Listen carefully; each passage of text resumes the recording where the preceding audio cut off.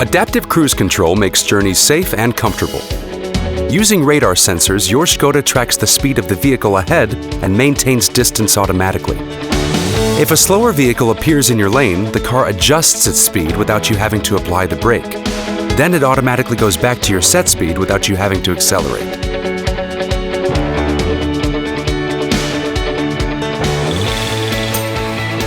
To activate adaptive cruise control, pull the lever to the on position.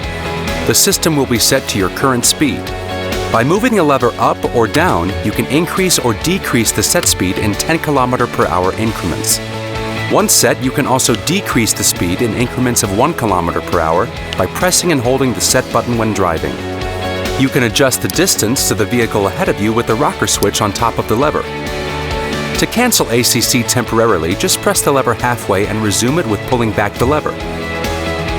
To deactivate ACC completely, simply push the lever all the way back. We wish you safe travels with the adaptive cruise control, and we hope you're enjoying your new Škoda. Škoda. Simply clever.